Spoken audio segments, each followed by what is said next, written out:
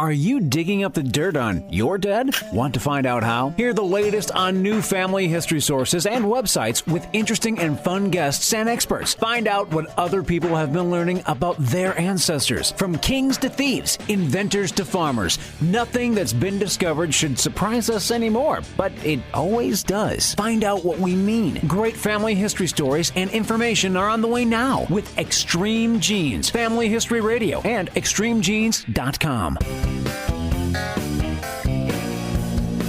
Grandpa stole his first buggy in 1892. I met your grandma pig slopping in 46. Oh, every Christmas we'd visit my Uncle Fred in prison.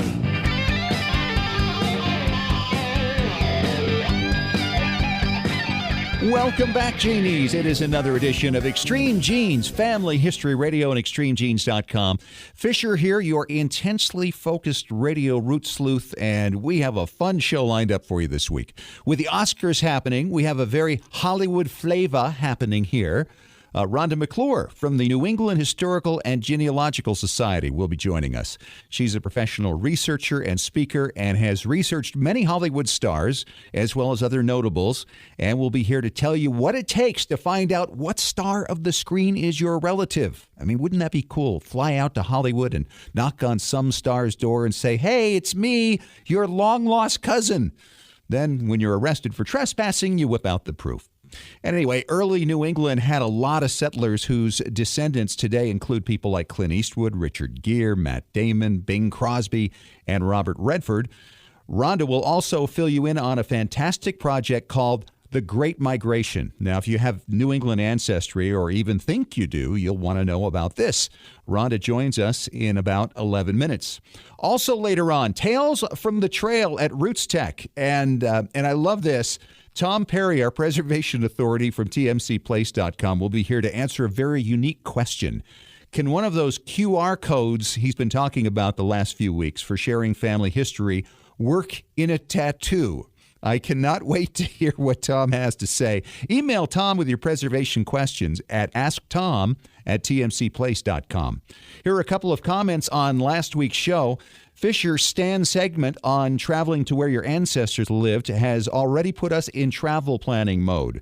We keep hearing great stories from people who do this, and his tale finally put us into gear. We've never been to South Dakota before, but it looks like we will be there in July. Carrie in Tennessee. Have a great time, Carrie. My wife and I were on an ancestral trip years ago when we wound up accidentally blocking a car in a rural cemetery in Indiana. It turned out that the passenger in that car was a 98-year-old distant cousin whom my wife's uncle recognized from when he was a boy in the 1930s and 40s. Well, the car was being driven by the woman's daughter, who was then 75. So you can imagine our shock when this near centenarian was able, by memory, to give my wife her maternal grandmother's line back to the mid-1700s. She'd personally known my wife's third great-grandparents as a little girl in the late 1800s. She invited us to her home, where she still lived alone, and loaned us 19th and early 20th century family pictures to make copies of. You never know what's going to happen when you go to these places. Francine in Michigan writes, I want A.J. Jacobs to tie me into his lines so I can attend that world's largest reunion next year in New York. It's the first reunion I've heard of that I thought would be fun to attend. Sister Sledge, is he kidding? Well, you know, Francine, the thing about A.J. Jacobs, I think he meant everything he said, and that included that you don't have to find a tie to be part of the party. We may have to do a show from that reunion next June. We'll check in with AJ from time to time to see how plans are coming along and to keep you up to date. It is time once again for the latest family histoire news from the pages of extremegenes.com. Imagine walking through your lovely rural property in north central California, then seeing the lip of an old rusty can sticking out of the dirt in the shade of a tree. The couple that owns the land had walked their same trail for years and had never noticed it. The unidentified woman reached down while her husband told her she shouldn't mess with an old rusty can. Well, it turned out that there wasn't one, there were actually 6. And they were all filled with 19th century gold coins, mostly in uncirculated condition. The find was made last year, and they're still trying to lay low. The stash covered about a 50-year period up to the 1890s.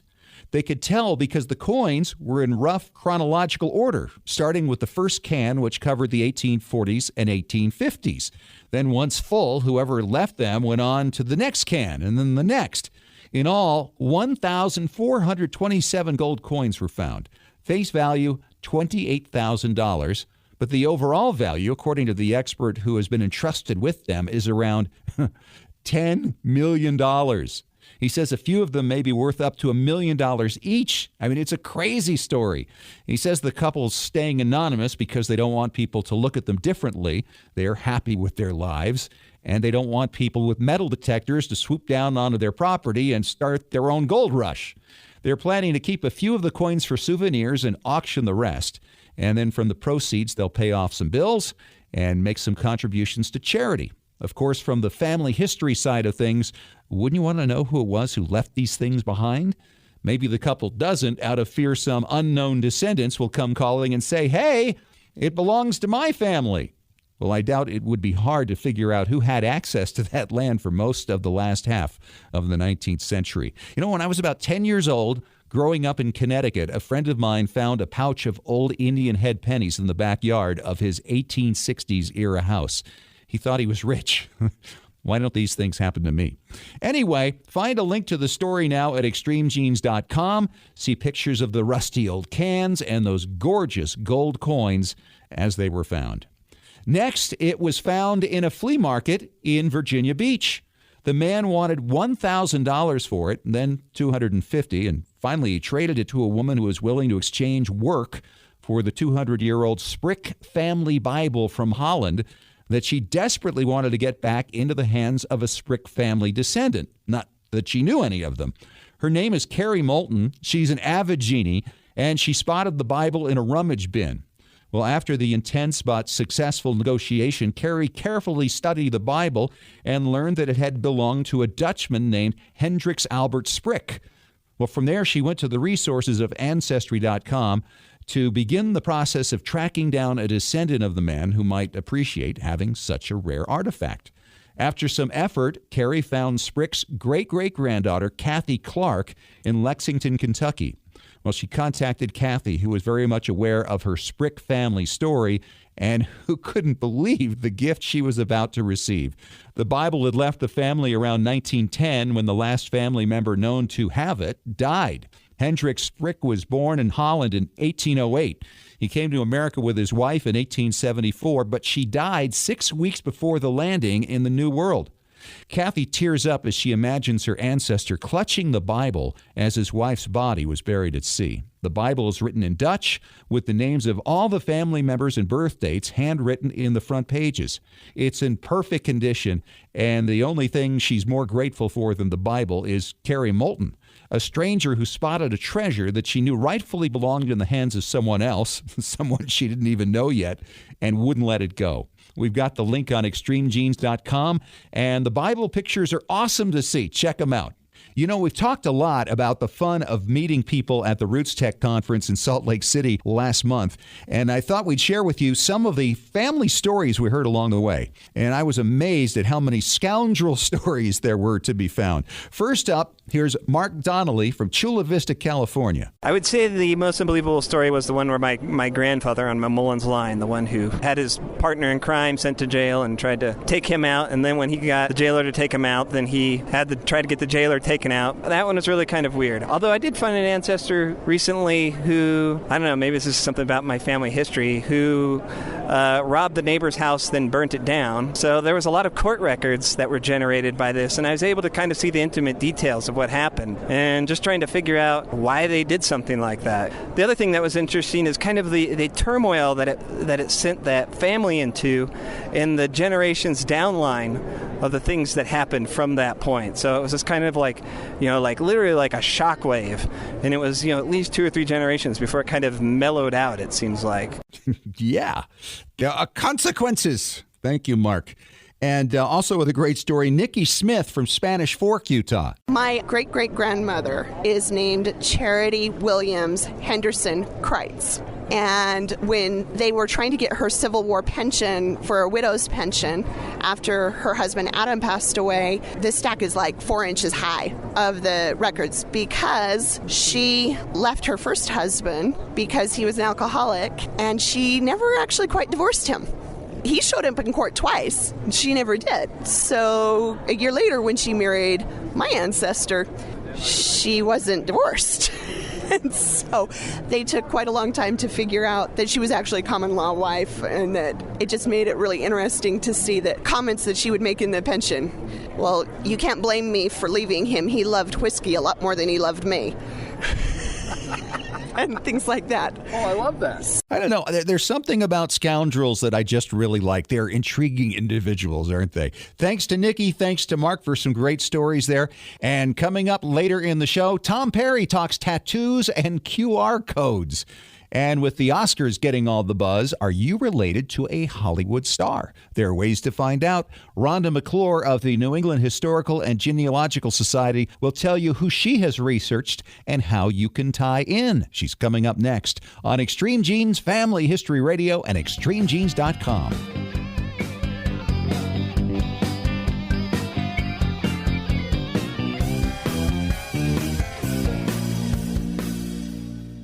Your priceless 8mm home movies and your precious family videos are deteriorating right now. Heat, moisture, insects, dust, mold, time, they're all robbing you of your family's memories. It's time to preserve those treasures right now by digitizing them at tmcplace.com. They've been preserving memories for over 40 years. Home movies, videos, audio tapes, vinyl records, photos, slides, and even scrapbooks. Whether your treasures are enduring the humidity of Massachusetts or the heat of Arizona, tmcplace.com can digitize your audio and images without harming the originals and returning them to you with free shipping both ways on most orders. tmcplace.com can even let you track your package in real time with a special GPS tracking device. Trustworthy, experienced, affordable. Call tmcplace.com toll-free at 1-866-483-1717 to talk to Extreme Genes Preservation Authority Tom Perry about your project, or order online at shop.tmcplace.com. You know, when it comes to family history, there's nothing quite like the thrill of the hunt and the excitement generated by every new discovery. Who were your immigrant ancestors? What ship did they come over on? Why did they come when they did? Did they participate in any military campaigns that took place in their day? What personal challenges did your forefathers and mothers endure? Heritage Consulting, Genealogy Research Services can get you the answers to many of these questions and more. They've been providing professional research and consultation services since 1978. Call toll-free 1-877-537-2000 to speak directly to a professional family history researcher. Heritage Consulting can research, collect, analyze, and interpret the countless documents your ancestors generated throughout their lives and present the findings to you in an attractive book or in an electronic format. The cost? Far less than you'd expect for far more than you can imagine. 877-537-2000 or go to heritageconsulting.com.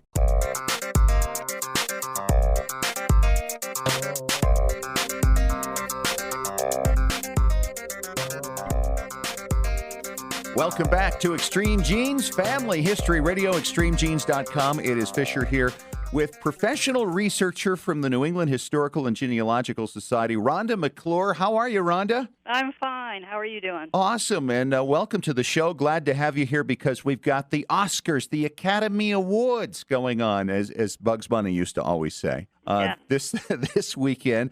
And you're kind of a big expert in tracking down the ancestry of many of the stars. You know, we really have, two big bastions of ancestry in this country. One is in New England and the other's in Virginia. And your accent is kind of in the New England area. How did you get started in doing this, tracing the ancestry of the stars? Well, actually, I was subcontracted by A&E Network a number of years back and would do trees that coincided with biography episodes. Oh, okay. And so who are some of the people you did the trees on? Oh, I did Tom Hanks, Tom Cruise, Sigourney Weaver, you name it. I probably did it, Johnny Depp, all sorts of different ones. And did you find that, like we see with the presidents of the United States, that many of these people actually tie in together? We did find some of that because in addition to doing the trees for the episodes, I had a column in their magazine before it was its new incantation. And it was about how people were related to each other. And we did find that a number of people could be related, especially if they went back to some of the early colonists. Sure. Now, who did you find might be related? Well, we know for sure that Richard Gere and Halle Berry are related. Now, did you find yourself being related to some of the people you were researching? Not as many as I would have liked. In fact, even the presidents, I don't have very many of them. That's kind of surprising, though, if you go back that far. Mm-hmm. I mean, I think I've got 10 of them. Yeah, I've got like 4. 4. Okay. Yeah. It's bizarre. And they're not even the big important ones. Well, rarely are they. I think everybody in this country now is related to the Bushes. Because I think so. Because George Sr. not only comes out of New England, but he also comes out of Virginia. So he kind of covers them both. I read somewhere once that he's related to like 1/3 of the nation. I would agree with that. And, yeah, I do actually. He's one of the ones I am related to. Now, of course, Hollywood and the movie thing started in the New York area and then, of course, moved west back in the 19-teens and the 1920s. So a lot of the early stars certainly had New England ancestry. Some did, but a lot of them are immigrants. You'll find a lot of the early stars were not long-term, like it hadn't been here for very long. Right, first or second generation. Right, exactly. And that surprises a lot of people. But it was the vaudeville stars, and it was coming out of that. And a lot of that was because, A, it was New York City, and so you had a lot of immigrants there just in general. So a lot of those earlier stars are less likely to trace back. Okay. So it's the more recent ones that tie into New England. Mm-hmm. Exactly. All right. So how do people find out if they're related to some of the Hollywood stars we'll be seeing at the Oscars? Well, it's actually a two-pronged approach because not only do you have to do your own research, but you also have to find the research or do it on the celebrity themselves. Okay. So you have to kind of pick who you want to be related to and see if you are. Exactly. Okay. Yeah, because it's going to be back there. If it were 1 or 2 generations, you'd already know about it. You'd be invited to the family reunion. Yeah, you'd be at the Oscars. Exactly. So if you had your own lines, and this is really not something for beginners because people who don't have their own line would have a long way to go to find that out. It really is for people, I guess, with a little more established lines. It's certainly easier with more established lines, but sometimes if you can pick up on, one of the websites that has these trees, what you can do is what I call recreate the wheel. So you can sort of follow the path, and that can actually teach you how to do genealogy. So what's the second prong? Well, the second prong is that you have to actually branch out because it's not necessarily going to be through your direct line. You have to know the siblings in each generation. And so you're going up, you're going down, you're going sideways, you're doing it for you, and you're doing it for them. Right. And so a lot of people, especially newcomers to genealogy, they're just, I'm all about my straight lines on my multi-generational chart. That's all I'm doing. So you're looking for family names then? Exactly. That are particularly unique. Mm-hmm. And you're looking to see who the siblings marry because, of course, that may be the key to tying into that famous tree. Well, that's a lot to keep in your head, isn't it? It is. Thank goodness we have computers. Yeah. So what have you published on this, Rhonda? Well, I've published a number of trees, as I said, in conjunction with A&E back in the day. But I actually published a book called Finding Your Famous and Infamous Ancestors back in the early 2000s. And I had an opportunity, actually, to visit the Margaret Herrick Library, which is the library of the Academy Awards. And what did you find there? Well, I actually worked with Vincent Minnelli's papers, and then there was a Russian Jewish immigrant director who had done quite a bit of genealogical research. Because, of course, this is like a private library, and so there has to be a reason that you need to look at their papers. But they were very accommodating to me.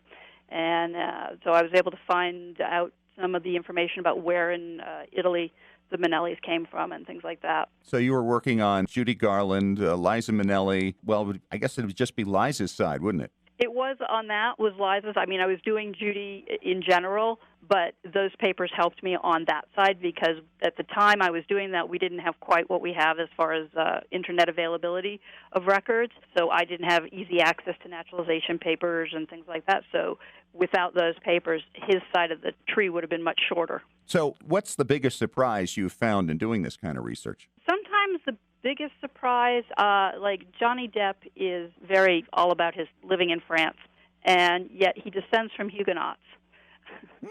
So you're thinking there's some cellular memory going on there. I don't know about that, because without his Huguenots leaving France, he might not be here. Right.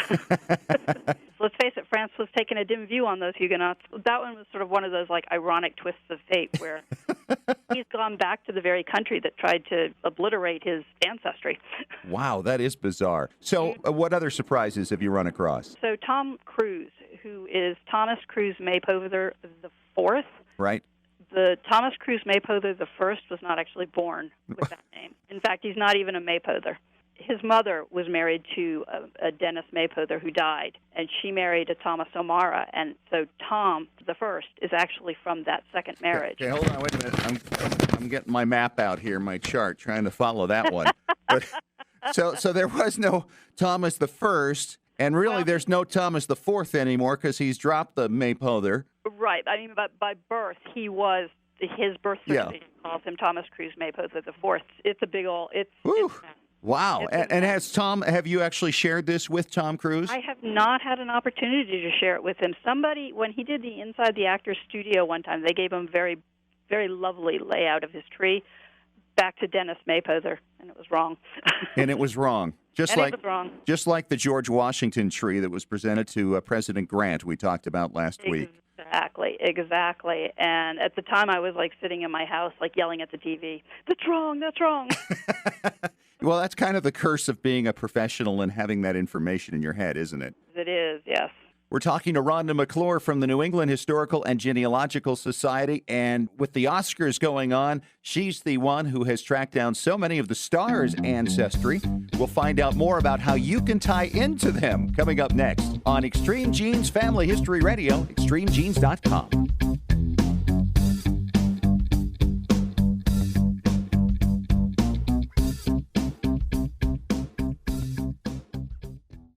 Got a brick wall in your family tree? Don't know how to break through it? Get professional help from Heritage Consulting Genealogy Research Services. Speak directly with an experienced genealogical researcher, not a salesperson, by calling toll-free 1-877-537-2000. When you call, ask how you could win a free 1-hour consultation with an expert genealogist. Heritage Consulting Genealogy Research Services, with over 35 years of research experience. Visit heritageconsulting.com. Did you know your family's memories are being destroyed a little at a time every day? It's true. Old home movies, slides, photos, and audio recordings fade over time. The longer you delay the digitizing of these priceless artifacts, the more likely it is they'll be gone one day. That's why you need to call the Multimedia Center. I brought in VHS videotape and had them transferred to DVD. The Multimedia Center, 2870 East, 3300 South, Salt Lake City. Open Monday through Friday, 10 to 6. Call 801-483-1717 or go to transferduplication.com.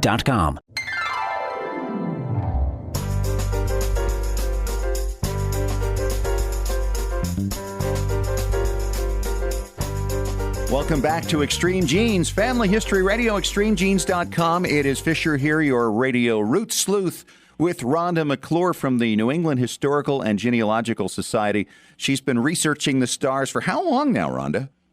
I've been researching the stars since about 1999. And what kind of contact have you actually had with them personally? I haven't had too much with them personally, other than once we started assisting on, who do you think you are? But I did have some family members who contacted me after trees were posted, thanking me for sharing information with them, and that people had appreciated it. Because, of course, everything I did for A&E went on to a website. Sure. And where is that website? Is this something we can look at? Yes, actually, the record or the trees are actually still available on genealogy.com. And where do you go when you get there? I think it's under the community tab still. Technically, genealogy.com is owned by ancestry.com, but they've still kept parts of it out there. There's a lot of trees there, many of which I did. All right. So we talked in the previous segment about tracking down the various stars, and you have to track down your own. Where are some of the sites? You've just mentioned one, genealogy.com. Where else can people go to see if they might recognize some of their own ancestors on the ancestry trees of the stars? Well, sometimes if you just do a Google of the star's name and then put the word genealogy, because there's a lot of random sites where people have put information up. But one of my go-tos is there was a very scholarly researcher for many, many years, William Wright Wiesner, who passed away a couple of years back, but whose site is still maintained by his executor, who's in charge of the site now. And he had done, in addition to royals and presidents and other things, he has an entire selection of various celebrities that would run the gambit from authors to sports figures to stars. And what was his name again, and what's the site? His name is William Wright Wiesner, and his site is wargs.com. wargs.com. And that might be an interesting place, especially, not everybody's into the stars, but some might want to know about the presidential ties or an author or a favorite sports figure. That would all work. And you mentioned something kind of interesting there, too, about an executor for the site. And that brings a whole different topic up. But when we go, there are going to be a lot of sites that are left with nobody to administer them, and these are things we kind of have to plan for now. Exactly. And, people who just publish on the Internet, we really encourage them here at NEHGS to think about when they go, to compile something and donate it to a variety of libraries in some physical format, preferably a book, because that can survive any technology changes. Yeah, that's right. The paper is around for a long time. We look at a lot of old paper to this day, don't we? Exactly, we do. And so that's one of the things that we stress here whenever we do publishing seminars, or if I'm talking to somebody who is interested in going beyond just dabbling. Okay, Rhonda, other sources for the stars lines, because that's kind of the key to tying back into your own. Where would you go? Well, one of the better sources are biographies. And let's face it, there's been a biography written about just about everybody. The autobiographies, not so much. When the person writes about it themselves, I like to say that they sprang forth fully growed. Yeah. It doesn't talk a whole lot about the family. But the biographers will usually start with early childhood. So at the very least, you'll get parental information, maybe places of birth, grandparents' names, those types of things. And sometimes that's all you need to jumpstart that. Gary Boyd Roberts and I often have an ongoing joke about how we don't actually read the biographies, we just read the first chapter. Right. And off you go. Now, Gary Boyd Roberts has published a lot in NEHGS. Where can people access his information? A lot of his information is available under our resources because he's published so many things, and you can look him up as an author. But of course, he does have his two books, Notable Kin, which have a variety of celebrities, but he's more about, he does not define a notable kin as necessarily a movie star like we do. And so there are some stars that he had an interest in for whatever reason, but he also has a number of other people, movers and shakers. But he'll give the line back to however they relate to perhaps somebody from the Mayflower or something like that. So his 2-volume set on that can be an excellent resource as well. So, Rhonda, for those who are looking for a quick idea of whether or not they're tied to the stars, give us some of the common surnames, the most common surnames you run into in your genealogies of these people. Well, some of them, obviously, as far as like the Mayflower, you've got your Alden or your Brewsters. But believe it or not, many of your connections are going to be through your females. And so the female line is a very important aspect to research as far as, so you've got your Zachary Taylor, like your presidents who go back to Brewster and Allerton, both off the Mayflower. Right. And then you have Clint Eastwood, who goes back to William Bradford. Orson Welles goes back to John Alden. So there's a number of different things, but it's all usually done through the females. In other words, Orson Welles' grandmother is where it starts to head off. Yeah, we don't see a lot of the old New England names in the names of the stars today. And, of course, it's hard to know who's using their real name and who's not anyway. Exactly. And Dick Van Dyke comes off of Francis Cook and George Sewell, as well as Miles Standish. Wow. Yeah, he's got a lot of New England ancestry, more so than people would anticipate, I think, with a name like Van Dyke. Your first thought would be, oh, well, he's all some kind of Netherlands or something. But through his mother's side, he has all of these old New England lines.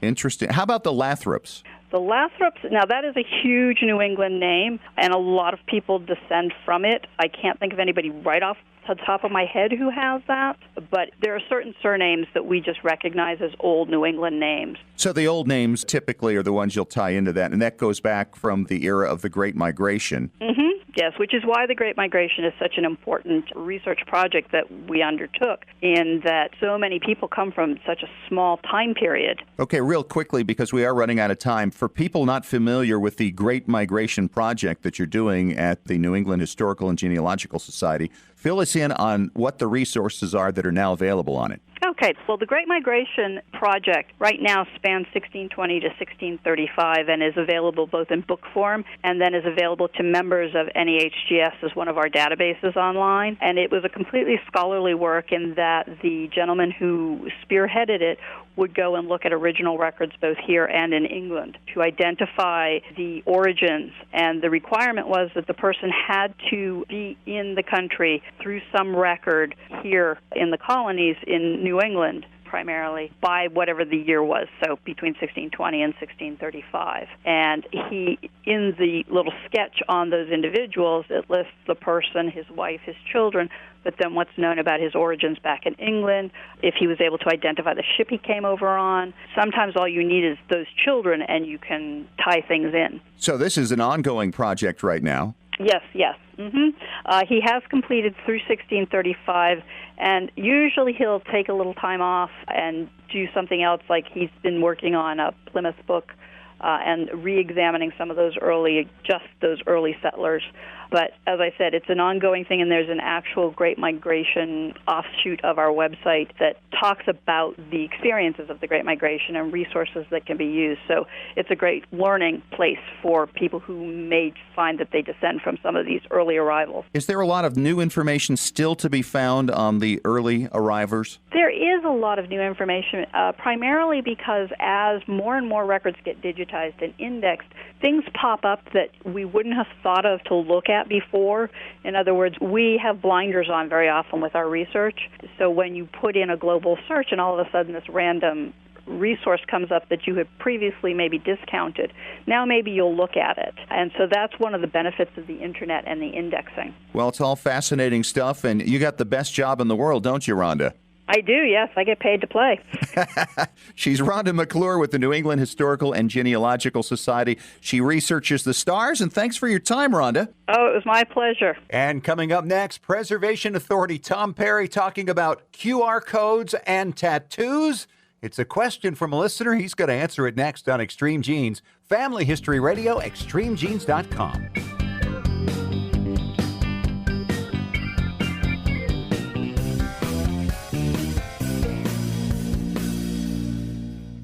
Remember how fun it was to capture those special moments of your children's childhood on video and watch it back, knowing that you'd be able to have that memory forever? Or watching a home movie of your own childhood and seeing many of your loved ones who are now gone. If you haven't yet digitized those family treasures, you're at risk of losing all of them with each passing day. Time and elements slowly destroy videos and film, as well as rare old photos and audio recordings.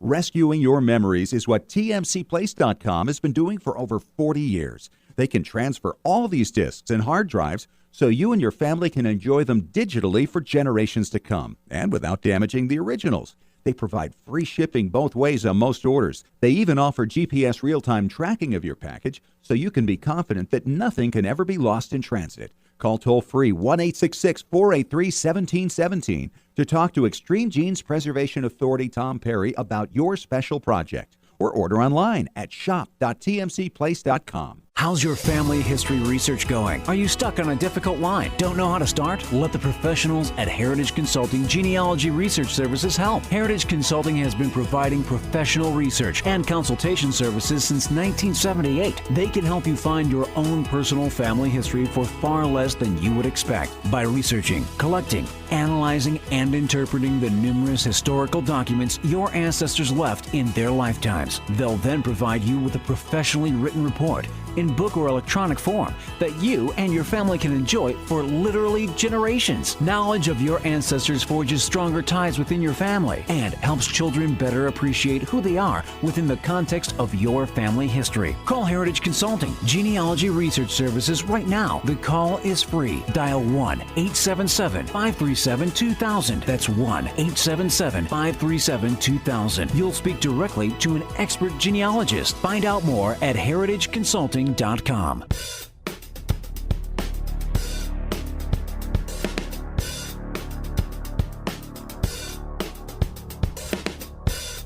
And welcome back to Extreme Genes Family History Radio, extremegenes.com. It is Fisher here with Tom Perry, our preservation authority from tmcplace.com. Welcome back, Tommy. Good to be back. And just with what we've been talking about today, about the Oscars and the movie stars, are you related to Matthew Perry? I hope so, and I hope he puts me in his will. That would be very nice. We'll have to do a little research on you and find out about that. We did get an email from Aaron in Huntsville, Alabama, listening on WTKI, and he was asking about the QR codes that we've been talking about the last couple of weeks. I was wondering if you could actually make a tattoo of a QR code. Would that work? Oh, absolutely. There's no reason it wouldn't. You could either do temporary tattoos as QR codes to have at amusement parks. In fact, I thought about that. Like when you go to Disneyland now, you have to buy a full pass, whether you're a little old lady that's not going to get on any rides. Because in the old days, you would buy e-tickets, A-tickets, right, different things like that. And so I thought what they ought to do is issue QR codes. And so if you have the QR code, there's a temporary tattoo, that gets you on all the rides you want to go. If you want to go in and just hang out with your grandkids, you don't have to pay $100 for a ticket. Maybe $25, maybe $50, and then you just don't get the QR code temporary tattoo on your wrist.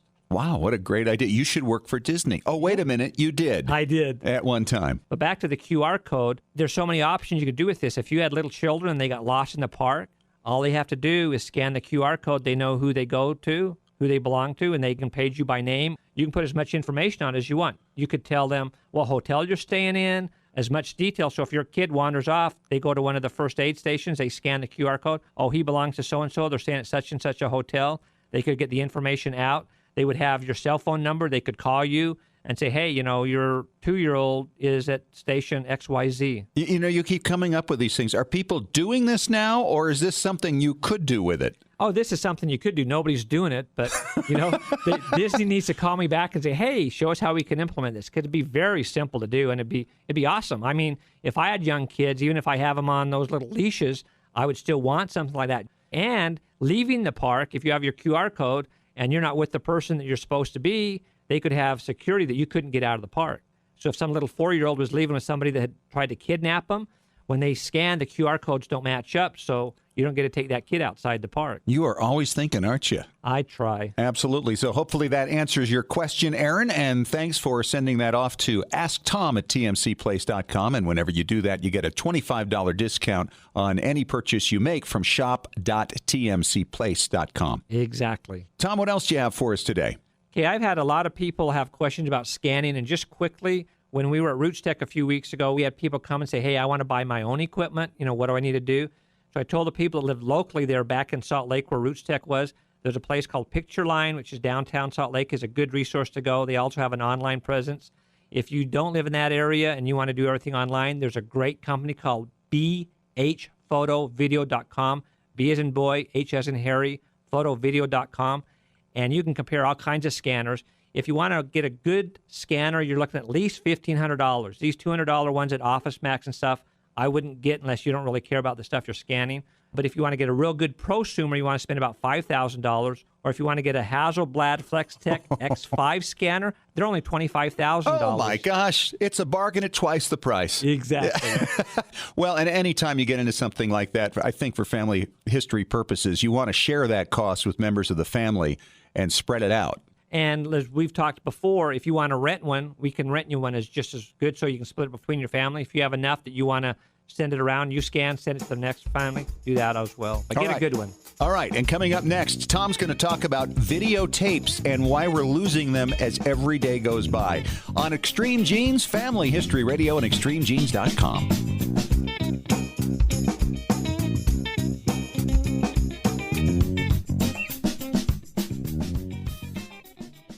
When was the last time you heard your grandmother's voice or saw your family enjoying life back in the 1950s or 60s? If the reason is you haven't known what to do with your old recordings, videos, and films, here's your answer. The Multimedia Center in Salt Lake City. We brought in a video project to the Multimedia Center, and overnight they duplicated it to DVD so we could meet our deadline. The Multimedia Center, 2870 East, 3300 South, Salt Lake City. Open Monday through Friday, 10 to 6. Call 801-483-1717 or go to transferduplication.com. We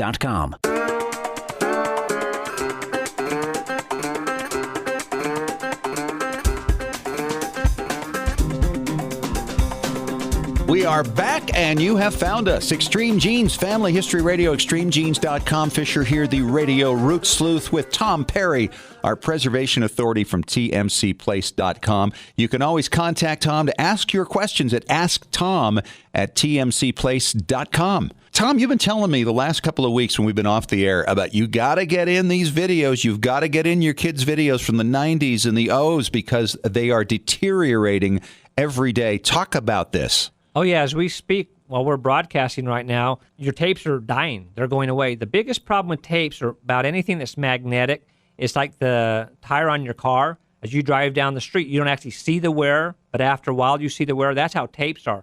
They wear out. We had a tape come in the other week from us that's flaking. It's actually particles you can see inside the cassette. You can see little pieces of magnetic particles. They're actually falling off the tape, which is generally caused by heat or poor storage. And so when that happens, of course, there's really not a lot you can do. Well, I've never tried baking one. One of these days when I get one in, if the customer is willing to let us try it, we're going to try it. Like we bake audio tapes, and that fixes them, but I've never tried it with a videotape. So if somebody comes in with one that's flaking so bad we can't transfer it, we'll go ahead and do that. The problem with flaking tapes is those little flakes will get caught in the heads of your player, and they'll plug them up. They won't be able to hear audio or video, and that's why you have to get the tape cleaners. We actually still sell cleaners for VHS machines. Really? Oh, yeah. Do they make them, or is this something you stored, or you find them on eBay or something? What? Yeah, some of our distributors actually have them stacked away. In fact, we have one distributor that has old Betamax tapes still. Oh. Blank Betamax tapes. So if anybody wants them, I have a lead for them. Well, it is amazing what's still out there, isn't it? Oh, it's incredible. One of the other problems you've talked about, Tom, is how people store their tapes and that there are different ways. Now, does this affect audio or video or both? Yes. Oh, boy. It does them all. Yeah, anything that's magnetic is put on a polyester-type film, and anything can cause it to take off. When it's originally made, it's made through high heat. So if exposed to high heat, the metallic particles can come back off, and they'll flake around. So the best thing to do is always make sure you store your tapes in a cool, clean environment. Keep them away from heat. Heat is really bad for them. The only thing that's worse than heat is water. We have some that go through floods, like we've talked about on the air when Katrina went through. We got a lot of tapes through there that had been in water and mud, and that's bad. We've had a tape that actually went through an oven that we were actually able to fix. But that got to such high degree, it actually helped the tape where, 110, 120 isn't going to do it any good. All it's going to do is hurt it. So you want it to actually bake? Yeah, you want it to actually bake. Yeah, make sure it goes through a fire. If the case itself starts melting, it's probably got to a high enough temperature that the tape inside is okay. Okay, VHS tapes, and then the big ones that we used to use back in the 80s. Are those fading away as well? Oh, absolutely. Anytime you play any kind of magnetic tape, even a mini DV tape, it's going to degrade over time. The nice thing about mini DV tape is they're digital, so we can still have a better chance of getting information off. But the way you want to always store your tapes is you want to store them on end. Don't store them flat, because the control track on most tapes is on the edge. And if one of the springs breaks inside and the tape falls down on itself, the first thing that's going to go is your control track, which basically is the brain of your entire tape. And so there's no way for you to fix that? Very rarely. We have some, we can run it through a proc amp, we can run it through deciphers, all kinds of different equipment. And sometimes they can bring them back and sometimes they can't. It depends what the damage is. So you want to be really, really careful with the way you store them. And one thing that is a misnomer that 90% of the people out there understand wrong is when you used to rent videotapes in the old day, it always said, be kind, rewind. They're not doing that or telling you that to make the tape better. They're doing it so the next person has it rewound. That is a worst way to store a tape. Ooh. Because when you rewind it, it rewinds really tight. So you want to always, when you're done playing it, take it out of your machine and store it that way because it's loosely wound that way. So don't be kind and rewind if you're trying to preserve your memories. Oh, great advice. As usual, Tom Perry from TMCplace.com. That's it for this week on Extreme Genes Family History Radio. Thanks so much for joining us. Thanks once again to Rhonda McClure from the New England Historical and Genealogical Society for helping us connect with the stars. And we'll talk to you again next week. And remember, as far as everyone knows, we're a nice, normal family.